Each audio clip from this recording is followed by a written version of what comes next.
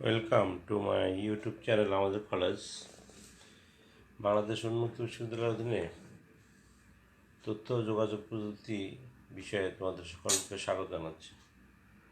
আজকে আমরা তথ্য ও যোগাযোগ প্রযুক্তির ইউনিট 2 এর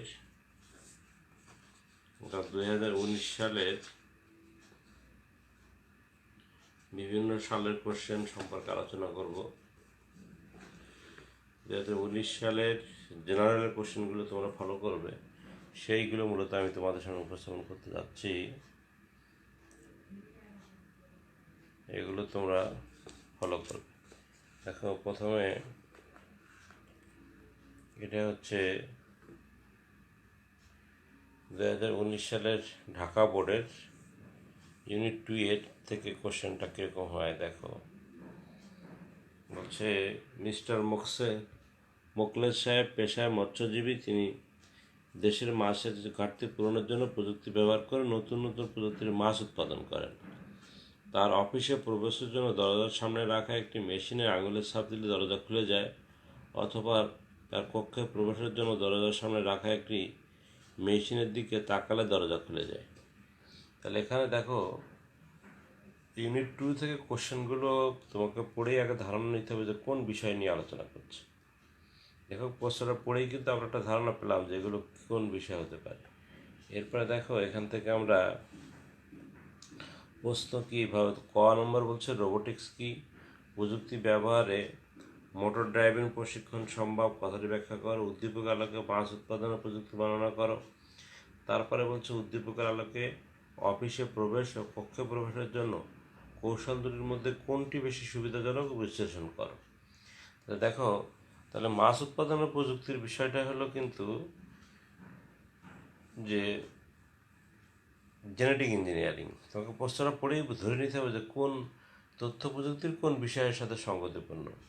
তারপরে বলছে যে অফিসে প্রবেশে আঙুলের ছাপ দিতে হয়, তাহলে এটা বায়োমেট্রিক্সের ফিঙ্গারপ্রিন্ট। আর কক্ষে প্রবেশের জন্য চোখের চাউনি, এটা হচ্ছে বায়োমেট্রিক্সের রেটিনা স্ক্যানিং। দেখো, এগুলোর উত্তর কীভাবে দেওয়া আছে সেই বিষয়গুলো আমরা দেখি। এটা হচ্ছে ক নাম্বারের অ্যান্সার। বলছে যে বিজ্ঞানের যে শাখায় রোবট গঠন, কাজ, বৈশিষ্ট্য এবং কম্পিউটার নিয়ন্ত্রিত যন্ত্রসমূহ ডিজাইন, উৎপাদন, শনাক্ত কাজ করা তাকে বলা হয় রোবোটিক্স। আর কৃত্রিম পরিবেশে ড্রাইভিং প্রশিক্ষণ নেওয়া সম্ভব। বলছে প্রযুক্তি ব্যবহারে ড্রাইভিং প্রশিক্ষণ। তাহলে প্রযুক্তি ব্যবহারে ড্রাইভিং প্রশিক্ষণ, যে কোনো ধরনের প্রযুক্তি নির্ভর প্রশিক্ষণ আসলে এটা তোমাকে মনে রাখতে হবে ভার্চুয়াল রিয়েলিটি। তাহলে ভার্চুয়াল রিয়েলিটি ব্যবহার করে সম্পূর্ণ একটি কম্পাউন্ড নিয়ন্ত্রিত পরিবেশে তথা আদান প্রদানকারী বিভিন্ন ডিভাইস সমৃদ্ধ চশমা, হেড মাউন্টেড ডিসপ্লে, তারপরে তোমার ডাটা গ্লোব, বডি স্যুট ইত্যাদি পরিধান করে বাস্তবায়নে উপলব্ধি করা যায়। অর্থাৎ কম্পিউটারের সিমুলেশনের মাধ্যমে ড্রাইভিং প্রশিক্ষণের জন্য চালক একটি নির্দিষ্ট আসনে বসতে হয়। চালকের মাথায় পরিচিত হেড মাউন্টেন ডিসপ্লের সাহায্যে কম্পিউটার দ্বারা সৃষ্ট যানবাহন অভ্যন্তরীণ রাস্তার আশেপাশের পরিবেশ এবং বাহ্যিক অংশের 360 ডিগ্রি প্রদর্শন করে। তাহলে এটা হলো কি ভার্চুয়াল রিয়েলিটির কথা বলা হচ্ছে। এরপরে গ নম্বরে দেখো, বলছে যে মৎস্য উৎপাদন প্রযুক্তি ব্যবহার হলো জেনেটিক ইঞ্জিনিয়ারিং। বিষয়টা আমি বললাম যে কোনো জীব থেকে একটি নির্দিষ্ট জিন বহনকারীকে পৃথক করে ভিন্ন একটি জিনে স্থাপন কৌশলকে জেনেটিক ইঞ্জিনিয়ারিং বা জিন তত্ত্ব প্রকৌশল বলা হয়। একটি কোষ থেকে অন্য কোষ স্থাপনের কৌশলকে বলা জেনেটিক ইঞ্জিনিয়ারিং। জেনেটিক প্রযুক্তির মূল উদ্দেশ্য হচ্ছে কোনো বিশেষ জিনকে ক্রোমোজোমের ডিএনএ অণু থেকে পৃথক করে তাকে কাজে লাগানো। এই পৃথককৃত জিন কোনো জীবকোষে প্রবেশ করিয়ে বা কোষ হতে সরিয়ে উক্ত জীবটাকে বৈশিষ্ট্য বংশগতি বদলে দেওয়া সম্ভব। এটা হচ্ছে জেনেটিক ইঞ্জিনিয়ারিংয়ের কাজগুলোর কথা বলা হচ্ছে। দেখো, বাপ্পা ক্যান্সারটা এখানে দেওয়া আছে, এটা তোমরা একটু পড়ে নিও। এরপরে ঘ নম্বরে যা উচ্চতা দক্ষতার ক্ষেত্রে বলছে উভয় পদ্ধতির মধ্যে বায়োমেট্রিক্স ব্যবহৃত হয়েছে। বায়োমেট্রিক্সের এক ধরনের কৌশল প্রযুক্তি যার সাহায্যে মানুষকে শারীরিক কাঠামো, আচরণ, বৈশিষ্ট্য, গুণগত ব্যক্তিত্ব প্রভৃতি দ্বারা নির্দিষ্ট ব্যক্তিকে চিহ্নিত শনাক্ত করা যায়। উদ্দীপকের আলোকে অফিসে প্রবেশের জন্য আঙুলের ছাপ এবং কক্ষে প্রবেশের জন্য রেটিনা স্ক্যানিং ব্যবহার করা হচ্ছে। তাহলে প্রথমে সেই প্রযুক্তির সংজ্ঞাটা দিতে হবে, তারপরে স্পেসিফিক সেই প্রযুক্তির কথাটা তোমাকে মাথায় আনতে হবে, এই বিষয়টা খেয়াল রাখতে হবে। তারপরে ওইখানে দেখো ওই তোমার দুইটার মধ্যে বলছে কি, উদ্দীপকের আলোকে অফিসে প্রবেশ ও তার কক্ষে প্রবেশের জন্য কৌশল দুটির মধ্যে ফিঙ্গারপ্রিন্ট বেশি সুবিধাজনক। কারণ কি, ফিঙ্গারপ্রিন্টটা ডিভাইসের দাম কম এবং তার ব্যবহার পদ্ধতি সোজা, কিন্তু রেটিনা স্ক্যানিং ডিভাইসের দাম বেশি এবং তার ব্যবহার করতে গেলে দক্ষ জনবল বেশি প্রয়োজন হয়। এই কারণে দুটি প্রযুক্তির মধ্যে রেটিনা স্ক্যান এবং ফিঙ্গারপ্রিন্টের মধ্যে ফিঙ্গারপ্রিন্টটা তুলনামূলকভাবে ব্যবহারের সুবিধা, এটা আমাদের লাস্টে বলতে হবে। তাহলে 2019 সালে ঢাকা বোর্ডের কোশ্চেনটা আমরা দেখলাম। এখন আমরা দেখব, প্রশ্নটা খেয়াল করো যে রাজশাহী বোর্ড 2019-এ দেখো বলছে, বাংলাদেশের রাজধানীর অদূরে তথ্য প্রযুক্তির একটি বিশ্বমানের শিল্প কারখানা স্থাপন করার পরিকল্পনা করা হয়েছে। সেখানে অ্যাকচুয়েটারের সাহায্যে দক্ষ হতে কম্পিউটার প্রয়োজনীয় যন্ত্রপাতি তৈরি করার মাধ্যমে দেশকে উন্নত অর্থনৈতিকভাবে স্বাবলম্বী হতে সহায়তা করবে। উক্ত প্রতিষ্ঠানে দক্ষ প্রোগ্রামার সিমুলেটেড পরিবেশ স্থাপন করে ঘরে বসে দর্শনার্থীরা শহরের বিভিন্ন স্থানের দর্শনীয় স্থান দেখার ব্যবস্থা করবেন। বলছে হ্যাকিং কি, তথ্য প্রযুক্তি নির্ভর বিশ্বগ্রাম ব্যাখ্যা করো, শিল্প কারখানার ব্যবহৃত প্রযুক্তি চিহ্নিত করে ব্যাখ্যা করো, প্রোগ্রামারদের তৈরি প্রযুক্তি ইতিহাস ও ঐতিহ্য রক্ষায় কতটুকু ভূমিকা পালন করে ব্যাখ্যা করো। তাহলে এটা হলো রাজশাহী বোর্ড 2019-এর কোশ্চেন। এখন দেখো তাদের উত্তরটা কীভাবে দেওয়া আছে, আমরা এটা পড়ে ফেলি। বলছে কি, হ্যাকিং বলছে কি বলছে দেখো, প্রোগ্রাম রচনা ও প্রয়োগের মাধ্যমে অনুমতি ব্যতীত কম্পিউটার নেটওয়ার্ক প্রবেশ করে অন্যের কম্পিউটার ব্যবহার করা, পুরো কম্পিউটার সিস্টেমকে ফাঁকি দিয়ে কম্পিউটার সিস্টেম বা নেটওয়ার্ক ক্ষতি সাধন করাকে বলা হয় হ্যাকিং। তাহলে হ্যাকিং বলতে বোঝায় যে অন্য কোনো কম্পিউটার বা ফাইলে বিনা অনুমতিতে প্রবেশ করে তার সেই কম্পিউটার সিস্টেমটাকে নষ্ট করে দেওয়াকে বলা হচ্ছে হ্যাকিং। এরপরে বলছে তথ্য প্রযুক্তি নির্ভর বিশ্বই হলো বিশ্বগ্রাম। এটা খ নম্বর কোশ্চেনে খেয়াল করে শিক্ষার্থী বন্ধুরা, বলছে বিশ্বগ্রাম হলো এমনটি পরিবেশ যেখানে পৃথিবীর সকল মানুষ একক সমাজে বসবাস করে এবং ইলেকট্রনিক্স মিডিয়া তথ্য প্রযুক্তি ব্যবহারের মাধ্যমে একজন অপরজনের সেবা প্রদান করে। তথ্য প্রযুক্তির ক্রমবর্ধমান উন্নতির ফলে বিস্তৃত পৃথিবী ক্রমশ ছোট হয়ে আসছে এবং একটি গ্রামে পরিণত হচ্ছে। এটা বিশ্বগ্রামের সংজ্ঞাটা তুমি লিখে দিলে হয়ে গেল। এরপরে দেখো খ নম্বর যে বিষয়টা বলছে যে উদ্দীপকে অ্যাকচুয়েটারের সাহায্যে দক্ষ হাতে কম্পিউটার প্রয়োজন যন্ত্রপাতি তৈরি করার কথা বলা হয়েছে। সুতরাং শিল্প কারখানা স্থাপনের প্রযুক্তি হলো রোবট। তার মানে যে অ্যাকচুয়েটার বিষয়টাকে রোবটে ব্যবহার করা যায়। রোবট শব্দটি মূলত এসেছে দেখো রোবটা হতে, যার অর্থ হলো শ্রমিক। রোবট হলো এক ধরনের ইলেকট্রনিক যন্ত্রের ব্যবহার যা কম্পিউটার প্রোগ্রাম ইলেকট্রনিক সার্কিট কর্তৃক নিয়ন্ত্রিত এক ধরনের স্বয়ংক্রিয় মেশিন। তাহলে এটা আমরা এখান থেকে আশা করি তোমরা বিষয়টা আস্তে আস্তে পড়ে নিও। আমি মূল বিষয়গুলো আলোচনা করে দিই। এরপর দেখো ঘ নম্বরের বিষয়টা বলছে কি, উদ্দীপকের প্রোগ্রাম তৈরির প্রযুক্তি হলো ভার্চুয়াল রিয়েলিটি।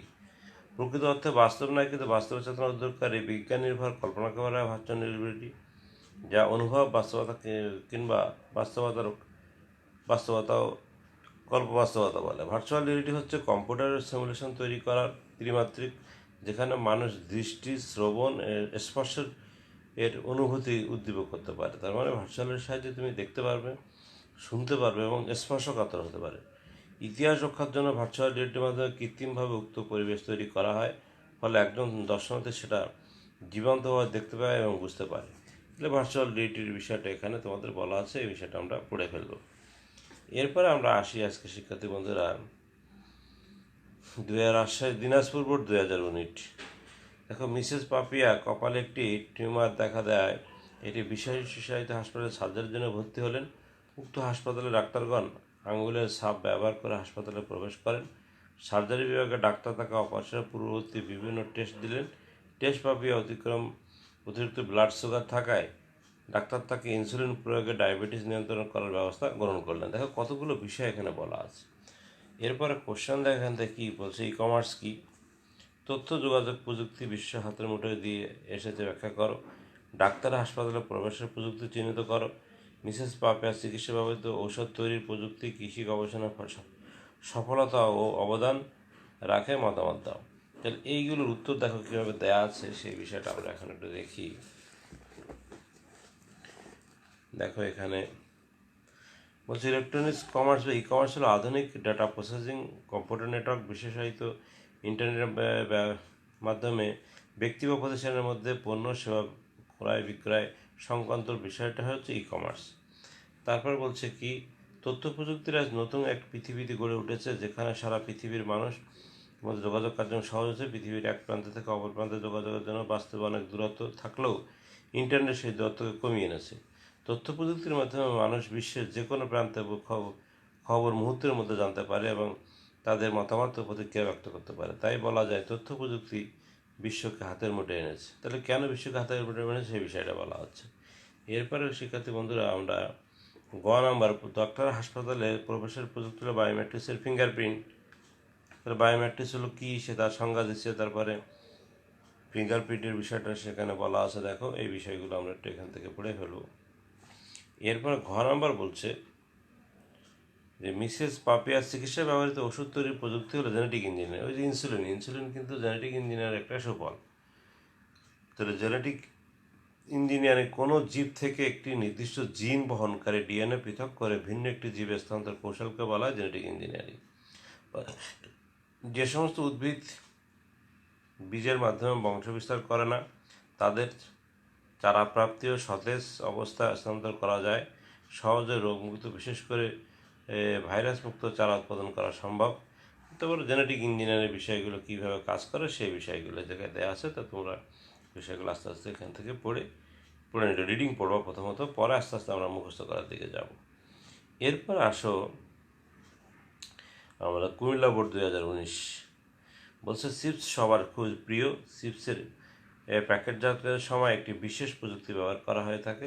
চিপস কারখানার নিরাপত্তা নিশ্চিত করার জন্য প্রবেশের পথে আঙুলের ছাপ দেওয়ার জন্য একটি ডিভাইস স্থাপন করা। দেখো কিছু কোশ্চেন কিন্তু কমন, সেই কোশ্চেনগুলো প্রায় বিভিন্ন সালে কোশ্চেনে আসে। হচ্ছে রোবোটিক্স কী, প্রযুক্তি ব্যবহার করে মোটর ড্রাইভিং শেখা সম্ভব, এটা আলোচনা করেছি। কারখানায় ব্যবহৃত ডিভাইসের প্রযুক্তি ব্যাখ্যা করো। চিপসের ক্ষেত্রে ব্যবহৃত প্রযুক্তির সুবিধা অসুবিধা উল্লেখ সহ তোমার মতামত দাও। এখন দেখো এখানে অ্যান্সারগুলো আমরা একটু দেখি। যে বলছে বিজ্ঞানের যে শাখায় রোবটের গঠন, রোবটের কাজ, রোবটের বৈশিষ্ট্য, যন্ত্রপাতি ইত্যাদি নিয়ে কাজ করা তাকে বলা হয় রোবোটিক্স। এরপরে নম্বর কোশ্চেন আমরা একটু আসি। ভার্চুয়াল রিয়েলিটির মাধ্যমে নিরাপদে ড্রাইভিং প্রশিক্ষণ করা যায়। ভার্চুয়াল রিয়েলিটির বিষয়টা এখানে বলা আছে। আমরা ভার্চুয়াল রিয়েলিটির জন্য কী কী ডিভাইস দরকার হয় সেই বিষয়টা আলোচনা করা আছে। এরপরে নম্বরে আসো। দেখো নম্বরে কারখানা ব্যবহৃত ডিভাইস ও প্রযুক্তি হলো বায়োমেট্রিক্স। বায়োমেট্রিক্স হলো এমন এক ধরনের কৌশল যা মানুষের শারীরিক কাঠামো, আচরণগত বৈশিষ্ট্য, গুণাগুণ ব্যক্তিত্ব প্রভৃতি দ্বারা নির্দিষ্ট ব্যক্তিদের শনাক্তকরণ করা যায়। মানুষের একটি বৈশিষ্ট্য আছে, তা খুঁজে বের করা যায়। প্রতিটি মানুষকে সেই বৈশিষ্ট্যের আলোকে পৃথক পৃথকভাবে চিহ্নিত করার সাহায্য করে। কম্পিউটার পদ্ধতির নিখুঁত নিরাপত্তার জন্য বায়োমেট্রিক্স পদ্ধতি ব্যবহার করা হয়। তাহলে এখানে বায়োমেট্রিক্স বিষয়টা দেওয়া আছে। এবার চিপসের মধ্যে দেখো চিপস যে মসমসে করে তার জন্য প্রযুক্তি হলো ন্যানো টেকনোলজি। তাহলে ন্যানো টেকনোলজি বলতে কী বুঝি, হলো এমন এক ধরনের প্রযুক্তি যেখানে ন্যানোমিটারের স্কেলে একটি বস্তুকে নিপুণভাবে ব্যবহার করা যায়। অর্থাৎ এর পরিবর্তন ধ্বংস সৃষ্টি করা যায়। চিপস প্যাকেটজাতকরণ অর্থাৎ প্যাকেজিং চিপসের ভিন্ন ভিন্ন স্বাদ তৈরিতে বিভিন্ন ধরনের ন্যানো ম্যাটেরিয়াল ব্যবহার করা হয়। তাহলে ন্যানো টেকনোলজির কাজটা হলো কি, যে এক বস্তুকে পৃথক নিপুণভাবে ব্যবহার করা হয়, এর পরিবর্তন ধ্বংস ইত্যাদি সৃষ্টি করা যায়। ন্যানোর কাজ হলো কি, কোনো বিষয়টা বস্তুকে ছোট হবে কিন্তু তার কর্মক্ষমতা বেশি হবে। তাহলে সুবিধাগুলো কী কী দেখো একটু। ন্যানো টেকনোলজি ব্যবহৃত করে উৎপাদিত পণ্য মজুদ, টেকসই ও ছোট হালকা করা যায়। রোবট ব্যবহার করা যায়। সেল তৈরিতে ব্যবহৃত হয়। কম্পিউটার গতি, ক্ষমতা, মেমোরি ইত্যাদি বৃদ্ধি করা যায়। টেকনোলজির সাহায্যে ক্যান্সার শনাক্ত এবং নিরাময় করা যায়। এর অসুবিধাগুলো কিছু আছে, সেটা বিষয়ে দেখুন। টেকনোলজির কিন্তু গবেষণা প্রয়োগ বিশেষ ব্যয়বহুল, ফলে এই প্রযুক্তিটি প্রয়োগের উৎপাদন পণ্য এখনও অধিক দামি। ন্যানো টেকনোলজির পূর্ণমাত্রা বিকশিত হলে আণবিক শক্তির সহজলভ্য হতে পারে, যা মানবজাতির জন্য ক্ষতিকারক।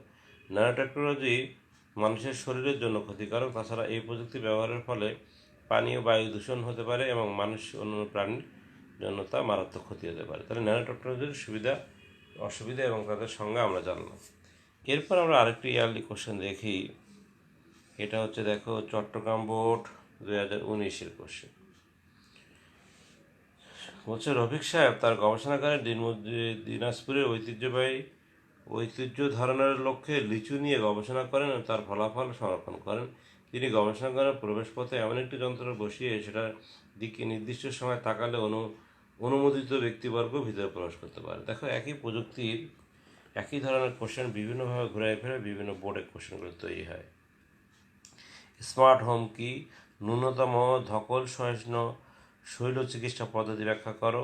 গবেষণাগারে প্রবেশপথে ব্যবহৃত প্রযুক্তি ব্যাখ্যা করো।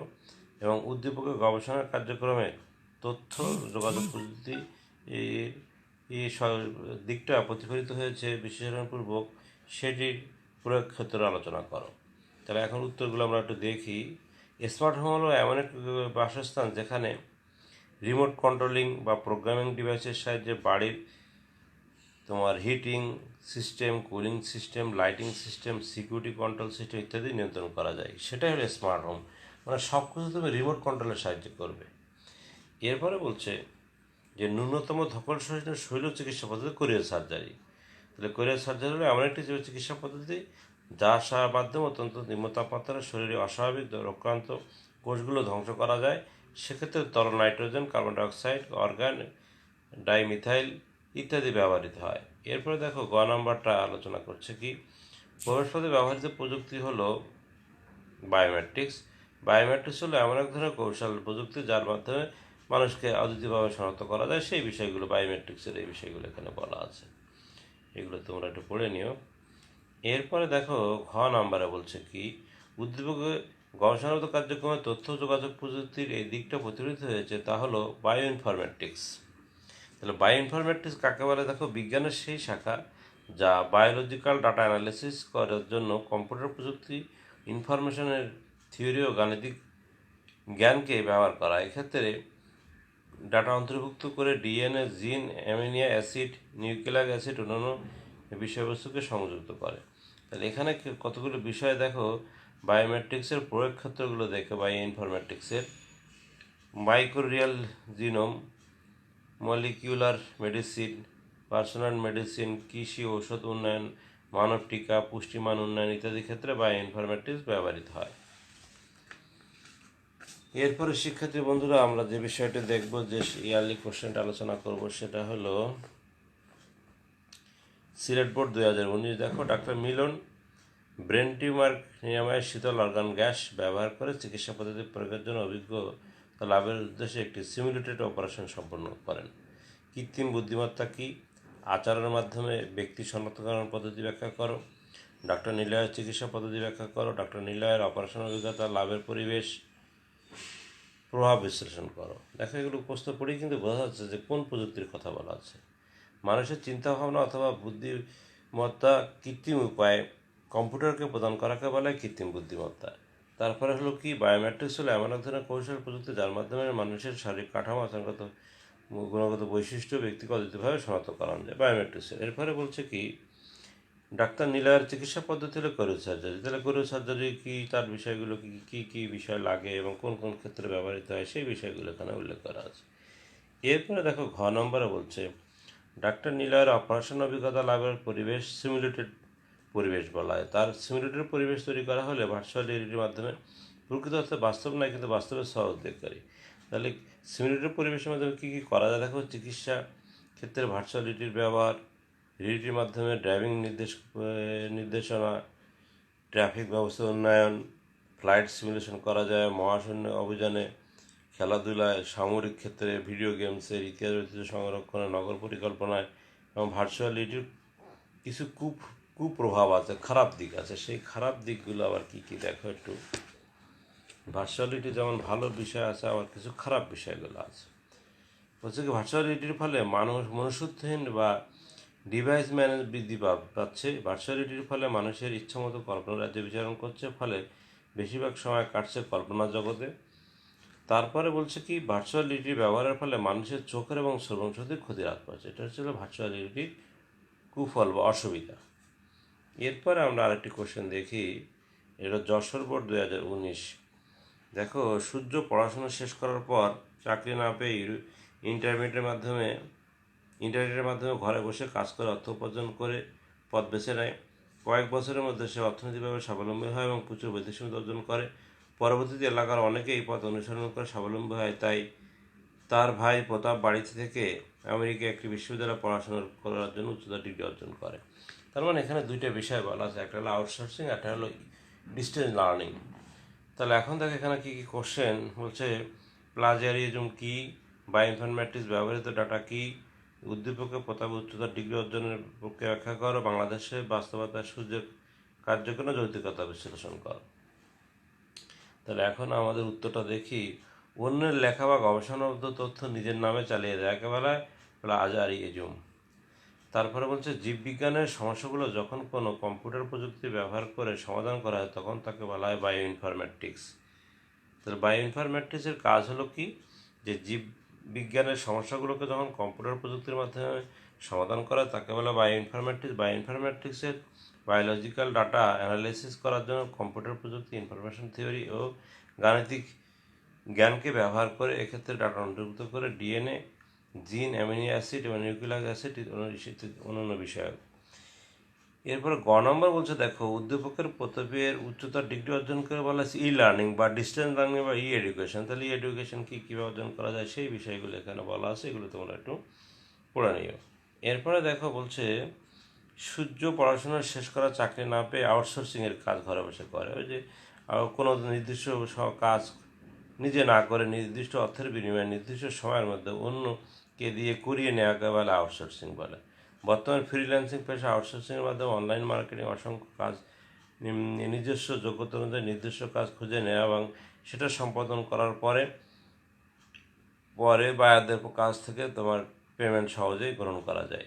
তাহলে এটাই হচ্ছে কি আউটসোর্সিংয়ের বিষয়টা বলা আছে, এটা তোমরা লিখে ফেলো এবং তার শেষ অংশ এটা। এরপর দেখি আমরা আরেকটি কোশ্চেন, তাকে এটা হচ্ছে বরিশাল বোর্ড 2019 বলছে ডক্টর খলিল দেশের খাদ্য ঘাটতি পূরণের লক্ষ্যে অধিক ফসল উৎপাদনকারী বীজ আবিষ্কারের জন্য একটি প্রযুক্তির সাহায্যে গবেষণা করছেন। তার গবেষণা সম্পর্কিত তথ্যসমূহ তার সহকারী অনুমতি ব্যতীত কম্পিউটার থেকে নেওয়ার চেষ্টা করে। তাহলে বায়োমেট্রিক্স কি, ঘরের মধ্যে ড্রাইভিং শেখা সম্ভব ব্যাখ্যা করো, ডক্টর খলিলের গবেষণায় ব্যবহৃত প্রযুক্তি ব্যাখ্যা করো, ডক্টর খলিলের সহকারী কর্মকাণ্ডের নৈতিকতার বিচারে বিশ্লেষণ করো। তাহলে এখন দেখো আমরা উদ্দীপকের পড়েই বিষয়টা বুঝতে পারলাম যে কী নিয়ে কথা বলছে। তাহলে বায়োমেট্রিক্স হলো এক ধরনের কৌশল যা মানুষকে অদ্বিতীয়ভাবে শনাক্ত করে। খ নম্বর হচ্ছে ভার্চুয়ালিটি ব্যবহার করে একটি কম্পিউটার নিয়ন্ত্রিত পরিবেশে সম্বলিত যখন কৃত্রিমভাবে প্রশিক্ষণ নেওয়া যায়। তারপরে আমাদের গ নাম্বারে বলছে ডক্টর খলিলের গবেষণা প্রযুক্তি হলো জেনেটিক ইঞ্জিনিয়ারিং। তাহলে জেনেটিক ইঞ্জিনিয়ারিং কখন আসবে, যখন দেখো সে নতুন খাদ্য উৎপাদনে মানে নতুন জাতের কিছু তৈরি করা, এই বিষয়গুলো আসলে জেনেটিক ইঞ্জিনিয়ারিং হলো বায়োলজিক্যাল মাধ্যমে ডিএনএর পুনরায় সমন্বয় করে নতুন বৈশিষ্ট্য জীব তৈরির কৌশল। অর্থাৎ জেনেটিক ইঞ্জিনিয়ারিংয়ের মাধ্যমে উদ্ভিদের উপর গবেষণা করে নতুন উন্নত প্রযুক্তির উদ্ভব, সার, খাদ্য তৈরি করা হয়। এই বিষয়গুলো এখানে উল্লেখ করা আছে, এগুলো তোমরা একটু পড়ে নিও। এরপর দেখো ঘ নম্বর কি বলছে, ডক্টর খলিলের সহকারী কর্মকাণ্ড হলো হ্যাকিং। তার মানে কি বিনা অনুমতিতে তোমার কম্পিউটারে সে প্রবেশ করেছে। এটা হলো কম্পিউটার নেটওয়ার্ক প্রবেশ করে ওনার কম্পিউটার ব্যবহার করে সিস্টেমকে হুমকির দিকে কম্পিউটার সিস্টেম ক্ষতি করা অথবা চুরি করাকে হ্যাকিং বলে। তাহলে হ্যাকিংয়ের বিষয়টা নিয়ে আলোচনা করা হচ্ছে যে বিনা অনুমতিতে তুমি অন্য কারো কম্পিউটারে প্রবেশ করলে সেটা হ্যাকিং পর্যায়ে পড়ে এবং লাস্টের পার্ট হলো এখানে দেওয়া আছে। এরপর আসি আমরা, দেখো মাদ্রাসা বোর্ড 2019 টিভিতে পদ্মা সেতুর বিজ্ঞাপনে রাফি দেখলো সেতু দিয়ে গাড়ি ও ট্রেন চলছে। সে তার বড় ভাই জামানের কাছে জানতে চাইলো নির্মাণ শেষ না হলে এভাবে সেতু দিয়ে গাড়ি চলার উপর ভিডিও দেখা সম্ভব কিভাবে। জামান প্রযুক্তি ব্যাখ্যা করলো এবং বলল বর্তমানে কখনো কোনো যানবাহন কোথায় কোন অবস্থায় আছে তাৎক্ষণিক জানাও সম্ভব। দেখো নতুন একটা কোশ্চেনের ধারণা উদ্ভব হলো। এখন বলছে রোবোটিক্স কি? সংবাদ আজ যে কোনো স্থান থেকে যুক্ত হতে পারে। জামান কোন প্রযুক্তির করলো তা ব্যাখ্যা করো। যানবাহন অবস্থা জানার বিষয়টি বা যানবাহনের নিরাপত্তা জোরালো ভূমিকা রাখতে পারে, তার মত আমার সপক্ষে তোমার যুক্তি দাও। তাহলে দেখো উত্তরগুলো খেয়াল করে আমরা একটু। তাহলে যে বিজ্ঞান রোবট গঠন, কাজ গঠন, ডিজাইন, বিমান ইত্যাদি নিয়ে আলোচনা করে তাকে বলা হয় রোবোটিক্স। ইনফরমেশন কমিউনিকেশন ব্যবস্থা জোরালো হওয়ার কারণে মোবাইল এবং টেলিফোনের মাধ্যমে সহজে বিভিন্ন স্থানে তোমার সংবাদ সংগ্রহ করা, পত্রিকা ছাপানো হচ্ছে, সেই সাথে টিভি ও রেডিও সরাসরি সম্প্রচারিত হচ্ছে। তার ইন্টারনেটের মাধ্যমে বিভিন্ন সংবাদপত্র প্রকাশিত হচ্ছে এবং ব্লগ, সামাজিক যোগাযোগ মাধ্যমে ফেসবুক, গুগল প্লাস, ইউটিউব ইত্যাদি অনেক সংবাদ প্রকাশ করছে। এরপরে দেখো তোমার নাম্বার, জামান যে প্রযুক্তির কথা বলা হচ্ছে তা হলো ভার্চুয়াল রিয়েলিটি। ভার্চুয়াল রিয়েলিটি করে কিন্তু আর্টিফিশিয়ালভাবে ওই ভিডিওগুলো করে দেখানো হয়, যেভাবে রেলের পদ্মা সেতু তৈরি হবে, তারপরে এভাবে গাড়ি চলবে, এভাবে মেট্রো রেল চলবে, সেই বিষয়গুলো সম্পর্কে এখানে বলা আছে। তাহলে ভার্চুয়াল রিয়েলিটি কাকে বলে, ভার্চুয়াল রিয়েলিটি কীভাবে কাজ করে, কী কী বিষয়গুলো লাগে, সেই বিষয়গুলো সম্পর্কে আলোচনা করা আছে। এরপর আমরা আসি যে উদ্দীপকের কোন যানবাহন কখন কোথায় কোন অবস্থানে আছে তা জানার উপায় আছে জিপিএস।